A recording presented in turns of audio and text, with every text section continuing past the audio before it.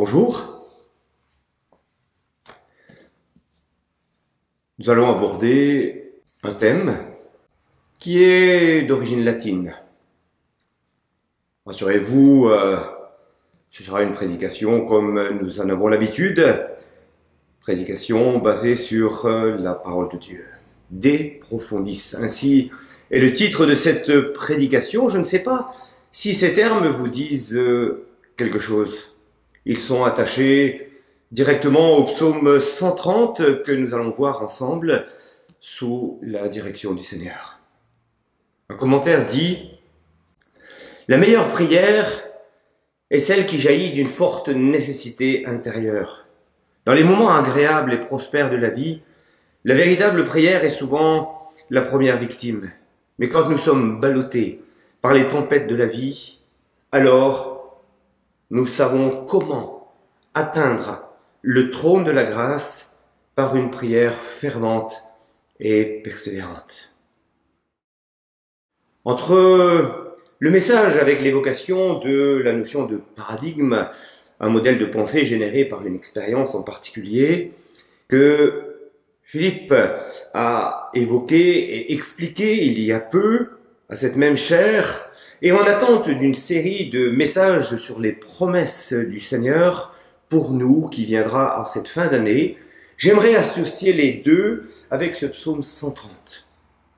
Le dit psaume fait partie des psaumes des degrés. Vous savez, ces psaumes qu'on chantait joyeusement en montant au temple à Jérusalem. Je l'ai évoqué personnellement lors de ma dernière prédication sur le terme Alléluia et les psaumes du même nom. Ces psaumes sont aussi des prières. Ils sont très riches, doctrinalement parlant. Mais avant de prendre la lecture d'aujourd'hui, je vais vous faire un aveu. Pendant des années, je n'ai pas laissé le Seigneur me parler au travers de ce texte du psaume 130. Je suis resté bloqué sur une vieille histoire personnelle qui m'a empêché de voir la bonté de Dieu. Ce psaume 130, au départ je ne savais pas que c'était un psaume qui était tiré de la Bible, mais je le connaissais sous forme de chant. Je l'ai entendu pour la première fois, j'avais 9 ans. Ce psaume 130, ce chant donc, commençait par ces deux mots latins, de profundis, et continuait par « Je crie vers toi, Seigneur ». Je dois vous avouer que j'ai encore l'air en tête pour la simple raison que je l'ai entendu chanter à toutes les cérémonies d'enterrement dans les églises catholiques. Associé à cela, l'odeur de l'encens et, à la maison, l'interdiction d'écouter la radio pendant 1 an. Et donc, pas de musique non plus. On ne pouvait pas l'écouter autrement que de l'entendre venir de ce vieux poste de radio qui était encore tout grésillant. Et nous avions aussi le port obligatoire de cette bande de tissu noir sur la veste ou la chemise pendant le même temps. Psaume 130. Le psaume de la tristesse, du désarroi. Ce psaume du deuil et d'un espoir vain. Pourquoi à 9 ans? C'est cette année-là que ma mère est décédée. Elle avait 34 ans. Et jusque-là, ce psaume 130 était associé à ce moment précis et ne pouvait pas dire autre chose que ce qui me marquait de profundis, à savoir la séparation à tout jamais, jamais, jamais, jamais. Et qui ne laissait la place à aucun espoir pour moi, aucun. C'est là mon paradigme sur ce psaume. Et c'est cela que le psaume 130 dit, ou 129, dans la traduction des septembre, si vous cherchez des notes. Est-ce le sens que Dieu voulait lui donner? Je vais vous proposer de prier courtement, puis après nous lirons ce texte qui ne contient que quelques versets seulement. Prions. Seigneur, ouvre mon cœur et permets que je sois réceptif à ta parole inspirée, valable à l'époque où elle a été écrite, aux époques où elle a été chantée, mais aussi pour moi, personne du XXIe siècle. Amen. Voici donc la lecture du psaume 130. Du fond du gouffre. D'autres traductions disent du fond de l'abîme. Je fais appel à toi, Éternel. Éternel, Seigneur, écoute-moi. Que tes oreilles soient attentives à mes supplications. Si tu tenais compte de nos fautes, si tu gardais le souvenir de nos iniquités, Éternel Seigneur, qui pourrait subsister? Mais le pardon se trouve auprès de toi afin qu'on te craigne. J'espère en l'Éternel de toute mon âme et je m'attends à sa promesse. Mon âme, compte sur le Seigneur plus que les gardes n'attendent le matin. Oui, plus que les gardes n'attendent le matin. Israël, mets ton espoir en l'Éternel, car c'est auprès de l'Éternel que se trouve la bonté, c'est auprès de lui que se trouve une généreuse libération. Nos traductions dit « Et la rédemption est auprès de lui en abondance ». C'est lui qui rachètera Israël de toutes ses fautes. Fin de lecture. Comme plan de réflexion à cette prédication, j'aimerais dans un premier temps vous montrer comment démonter un tel processus de blocage sur une interprétation. Comment lire le texte tel qu'il est. Quel est le message de ce psaume? Souvenez-vous de la lecture de l'Apocalypse, qui s'avère être un livre d'encouragement pour les chrétiens. Puis j'aimerais dans un second temps vous montrer l'interprétation qui m'avait éloigné de la parole d'espérance. Puis je vais donc dire le texte qui parle de péché et ses conséquences, mais surtout de l'espérance et de la rédemption. Premièrement donc, démonter le processus de fausse interprétation. J'aimerais aborder cette question de la dissociation. Je pense qu'on a tous appris cela quelque part. Mes 3 sous-points, c'est faire abstraction de mes paradigmes. Paradigme, c'est souvent le premier commentaire que j'ai en tête de mes expériences qui m'ont trompé. Dans mon cas, je dois sortir de l'enterrement de ma mère pour lire ce psaume. Je dois arrêter ce chant qui tourne en boucle dans ma tête. De profundis signifie du fond du gouffre. Mais je suis vivant, physiquement, dans le gouffre, mais vivant. Et le psalmiste aussi. Nous avons besoin de lire le texte et son contexte, de lire le texte dans son contexte. La lecture depuis le psaume 1er, puis un peu plus tard, en particulier depuis le psaume 120, dit psaume des degrés, m'a mis dans l'ambiance générale. Ce psaume 130 est un psaume des degrés et pas un psaume de cérémonie funèbre. Et en le replaçant dans le méta-récit biblique, donc l'ensemble du plan de Dieu mentionné dans la Bible, il m'est alors permis de l'interpréter plus correctement et à sa juste valeur. Lire des commentaires ou en parler en vis-à-vis avec quelqu'un d'autre, mêlé à la prière, est aussi quelque chose de fondamental. Les rencontres telles que les cellules de quartier, les études bibliques interactives, permettent de saisir différents points de vue à confronter. C'est tout bénef pour tout le monde. En marge de cette réflexion et avec un peu d'humour, il faut noter qu'à l'école, on s'est fait, après des décennies d'enseignement de la morale et du respect des supérieurs, entre autres, l'éloge de l'enseignement de l'esprit critique. Bravo, bravo. On a besoin de cela pour lire et comprendre la parole de Dieu. Maintenant, dans notre contexte, ici même, et dans nos vies de tous les jours, dans bien des cas, je crains fort qu'on ait scindé cette expression en deux. On a gardé la critique et on a perdu l'esprit. Après la dissociation, parlons de l'ouverture de cœur dans la prière. Seigneur, que dit ce texte? Ouvre mon cœur et parle-moi. Quitter ses a priori avec une ouverture d'esprit et de cœur, savoir aussi rester honnête intellectuellement et perméable à Dieu. Prions avant de lire, mais pas seulement après la lecture de ce passage. À la manière de Samuel, osons dire Parle, Seigneur, ton serviteur écoute. Tu crois que Dieu est vivant? Tu fais bien. Alors sois à son écoute, au travers de la parole, et pas sous l'inspiration du moment. Et confronte à cette parole ce que le Seigneur t'a dit ou a dit à un tel ou un tel autre, qui est souvent une couverture personnelle pour ce que tu veux bien entendre et convaincre les autres. La troisième remarque que je ferai, c'est que tout comme les journaux papier, les journaux télévisés, les chansons, les traductions et les commentaires sont orientés. Je ne vais pas reparler des erreurs d'interprétation par nos filtres que nous avons dans les paroles, les gestes de nos interlocuteurs. Tout le monde sait que, suivant les sentiments que j'ai envers une personne, ces faits et gestes seront excusés ou amplifiés pour correspondre à l'idée que j'en ai. Idem quand on est témoin d'un accident. Suivant l'angle de vision que j'avais sur celui-ci, je vais témoigner différemment. Il en est ainsi des 4 évangiles que je dois considérer comme complémentaires et non pas jouer au jeu des 7 erreurs, voire évoquer des contradictions. La pandémie a révélé une chose importante.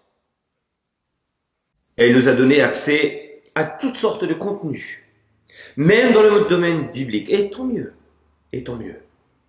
Ces derniers jours, j'ai eu plusieurs fois le même témoignage de personnes très différentes qui ont dit la chose suivante. Depuis mars 2020, je me suis focalisé sur tel type d'église et je me suis laissé entraîner parce que les idées véhiculées me plaisaient beaucoup au départ. Puis j'ai repris ma lecture de la Bible et je me suis aperçu que certains textes étaient complètement hors contexte et imposaient certaines idées non bibliques. J'ai pris la décision de m'en retirer. 4e remarque, nous devons lire le texte, tout le texte, et rien que le texte. Nous avons tous des exemples d'erreurs, même sans le vouloir. Les plus classiques sont les suivantes. La question de la ponctuation. Jésus dit au brigand en croix avec lui, « Je te le dis, aujourd'hui tu seras avec moi dans le paradis. » Attention, le cerveau va lire ce qu'il a selon sa logique. Je te le dis aujourd'hui, tu seras avec moi dans le paradis. Ça, c'est logique. Mais c'est pas vrai.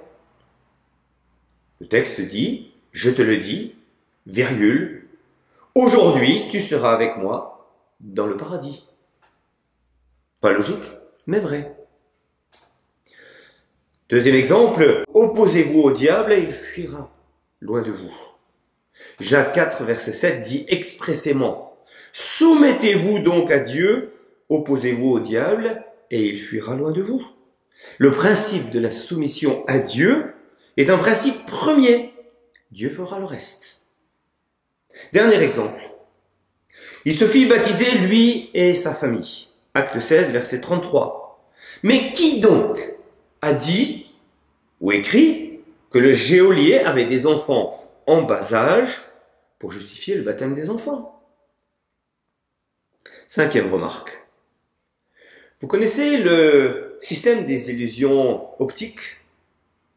Voici plusieurs photos que j'ai faites moi-même et qui donnent quelques principes. Ce premier exemple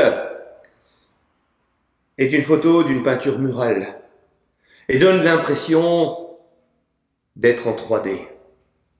Bravo à l'artiste peintre. Celle-ci, de la Tour Eiffel, avec sa nouvelle tête.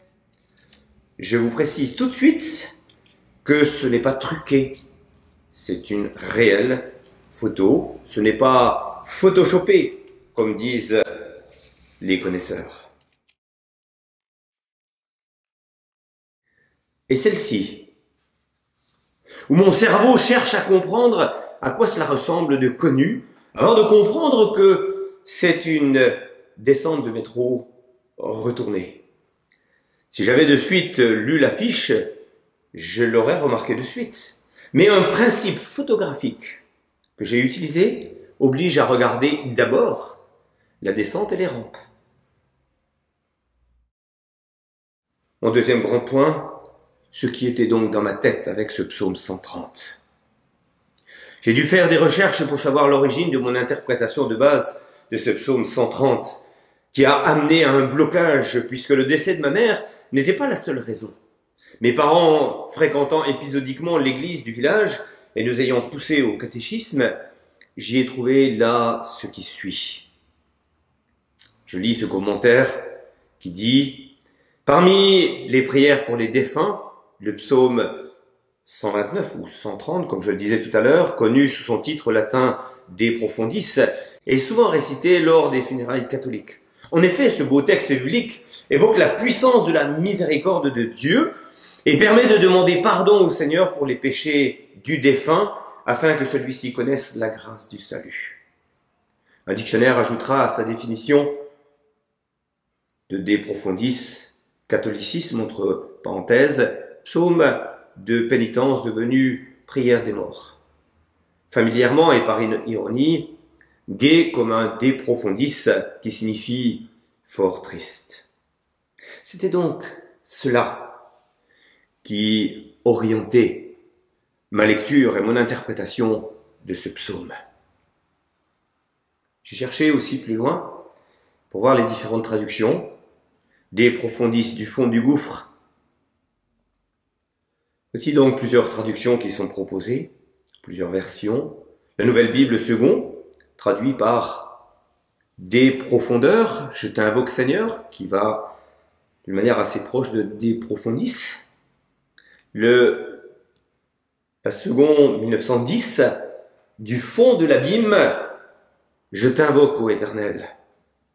La seconde 21, version plus récente que nous avons entre nos mains, du fond du gouffre, je fais appel à toi, Éternel.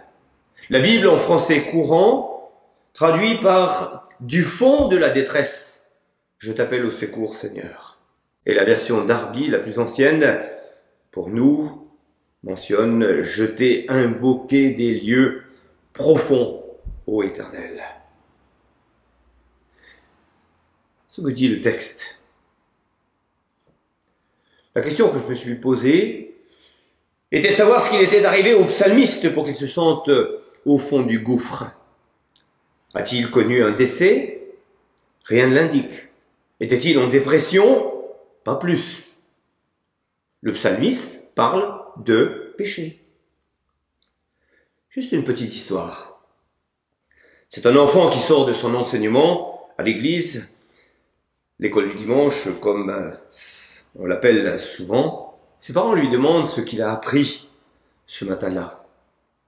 L'enfant répond, le responsable a parlé du péché et il est dit que la Bible était plutôt contre.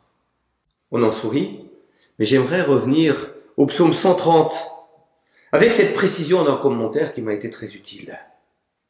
Dans l'esprit du suppliant, ses ennuis étaient liés à quelques péchés. C'était peut-être vrai, mais ce n'est pas toujours le cas. Quoi qu'il en soit, c'est toujours une excellente chose que d'éliminer tout péché non confessé comme une cause possible de nos malheurs. Je suis parfois étonné par la profondeur de chagrin et de souffrance que l'être humain peut atteindre. Le psalmiste se trouve précisément dans un de ces passages sombres de l'existence. Pas d'autre solution que de regarder en haut. Son appel angoissé résonne du fond de l'abîme vers le trône céleste. Il supplie instamment le Seigneur d'écouter sa voix solitaire, de prêter l'oreille à sa requête. Il va de soi que cette prière fut exaucée, et elle l'est toujours. Fin de citation. Quand ta conscience revient sur ce que tu as fait, quand tu as l'impression que tous tes amis semblent parler de la même chose alors qu'ils ne savent pas dans quoi tu as trompé, quand tu n'oses plus ouvrir la parole de Dieu de peur que le mot péché te saute à la figure, quand ta prière est inexistante, souviens-toi que ton péché te tuera. Romains 3, verset 23, Romains 6, verset 23, débutent tous les deux de la même manière. Et ils vont nous rappeler la gravité du péché, quelle que soit sa taille à vue humaine. Face à ce Dieu 3 fois saint, ou comme dit l'Apocalypse, Saint, Saint, Saint est le Seigneur. Il n'y a pas d'autre compréhension que celle qui dit le péché conduit à la mort spirituelle. Dans certains cas, à la mort physique aussi. Acte 5 nous parle de celle d'Ananias et de Saphira, morts pour avoir menti.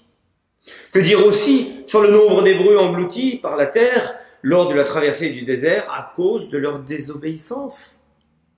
Et de tous ceux qui sont morts, châtiés par Dieu au travers des ennemis d'Israël, pour s'être adonnés à la prostitution, dans l'adoration des idoles, à la place de l'adoration de Dieu. C'est pourquoi le psalmiste pleure sur son péché et se voit au fond de l'abîme pour ses propres péchés. Lamentation de Jérémie, chapitre 3, verset 29, dit « Pourquoi l'homme vivant se plaindrait-il? Que chacun se plaigne de ses propres péchés. » Si j'étais à la place du psalmiste, quelle serait ma réaction? Le déni? Le temps qui permet d'oublier? La mauvaise foi? L'excuse à deux sesterces? Tout le monde fait cela? Je ne suis pas pire qu'eux? Ou savoir pleurer sur son péché comme sur un chagrin d'amour?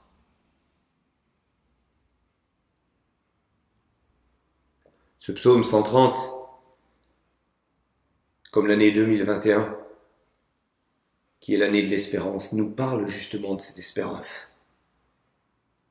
Si le Seigneur gardait le souvenir des iniquités, s'il en conservait la trace dans un livre et demandait à chacun de régler sa dette, la situation serait désespérée. Soyons alors éternellement reconnaissants de ce qu'il existe un moyen efficace pour le pardon des péchés. Le pardon est possible pour le pécheur coupable, et le pardon existe aussi pour le saint qui pêche. Il y aurait donc deux sortes de pardon. Le premier est appelé le pardon juridique. C'est celui que Dieu accorde en tant que juge. Il s'obtient par la foi au Seigneur Jésus-Christ. Il couvre tous les péchés passés, présents et futurs. L'œuvre de Christ sur le calvaire l'a rendu possible. Par sa mort sur la croix, le Seigneur a payé la dette de tous nos péchés.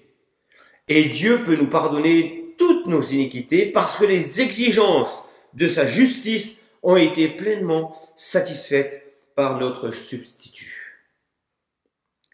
Le second, c'est un pardon parental. Le pardon que Dieu accorde en tant que Père. Il s'obtient moyennant la confession des péchés commis. Il rétablit la communion avec lui et avec la famille spirituelle. Ce pardon aussi a été acquis par le sang de Jésus répandu à la croix. Quel plus grand amour que de vivre le pardon, le vrai. Cette mère de famille aux USA, venue au procès du meurtrier de son fils, et elle va lui accorder son pardon.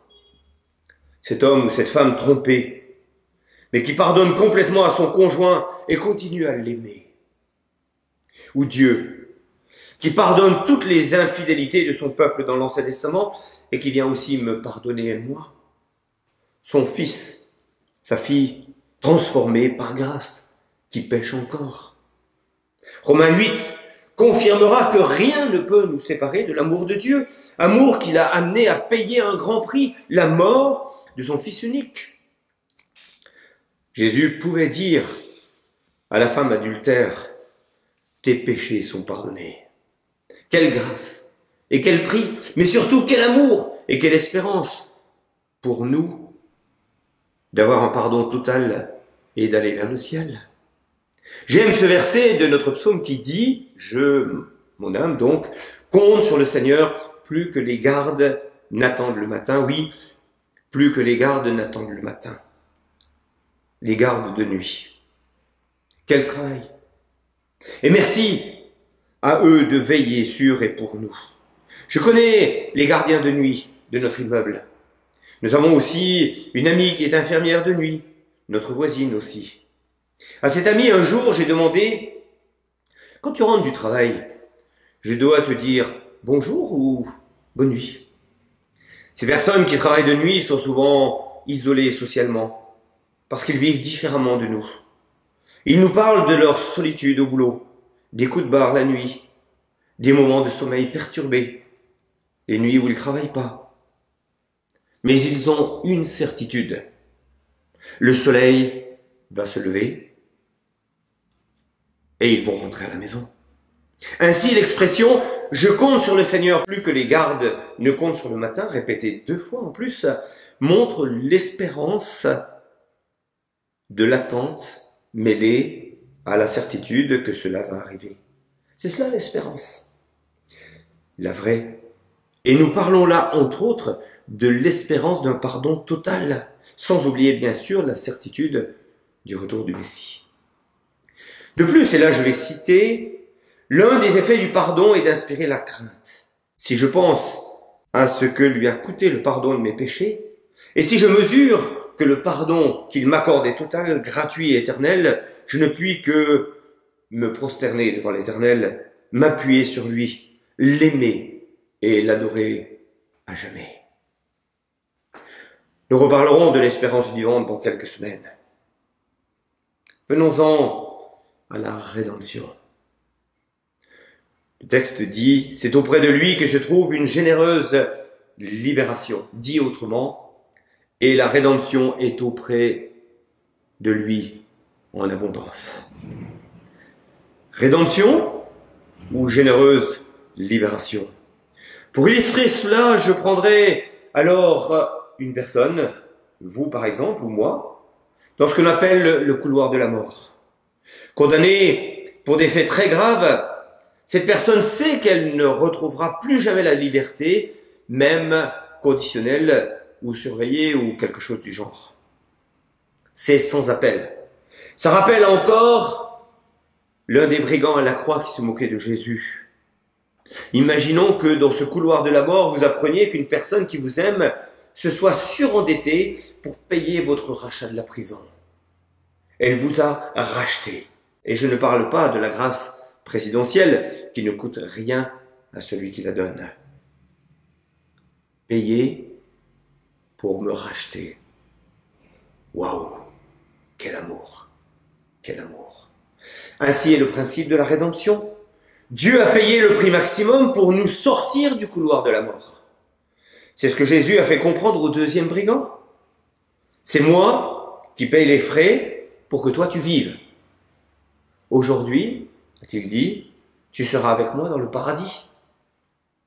Ainsi, la rédemption se définit comme le rachat, la libération par le paiement d'une rançon, la délivrance de celui qui est en esclavage ou en prison pour dette.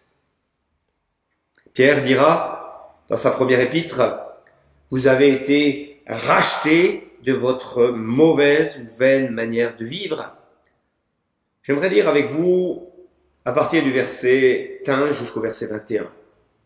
Le passage est impressionnant. Il dit ceci, « Vous aussi devenez saints dans toute votre conduite, parce qu'il est écrit, « Soyez saints car je suis saint. » Et si vous invoquez comme Père celui qui, sans partialité, juge chacun selon son œuvre, conduisez-vous avec crainte durant le temps de votre séjour sur la terre, sachant que ce n'est point par des choses périssables, argent ou or, que vous avez été rachetés de la vaine manière de vivre héritée de vos pères, mais par le sang précieux, comme d'un agneau, sans défaut et sans tache, celui du Christ, prédestiné avant la fondation du monde et manifesté à la fin des temps à cause de vous. Par lui, vous croyez en Dieu qui l'a ressuscité des morts et lui a donné la gloire, de telle sorte que votre foi et votre espérance reposent sur Dieu. J'aimerais dire en conclusion que ce psaume permet de réaliser que nous avons des blocages sur la lecture de la parole de Dieu et qu'on peut faire sauter ces blocages. Ce psaume permet de comprendre les conséquences du péché, qui est la mort face à la sainteté de Dieu. Ce psaume permet d'obtenir une vraie espérance en Dieu, du pardon gratuit, du pardon certain et de cette vie éternelle. Comme Israël, nous sommes donc exhortés à mettre notre espérance en l'Éternel. L'auteur avance 3 raisons. Premièrement, la miséricorde de Dieu est immuable. Ensuite, sa rédemption est en abondance. Finalement, il a le désir de racheter Israël de toutes ses iniquités. Le psaume s'est ouvert dans une atmosphère de profonde tristesse Il se referme par un vibrant appel à faire confiance à Dieu, pour qui aucune difficulté n'est insurmontable, aucun dilemme trop compliqué. Amen.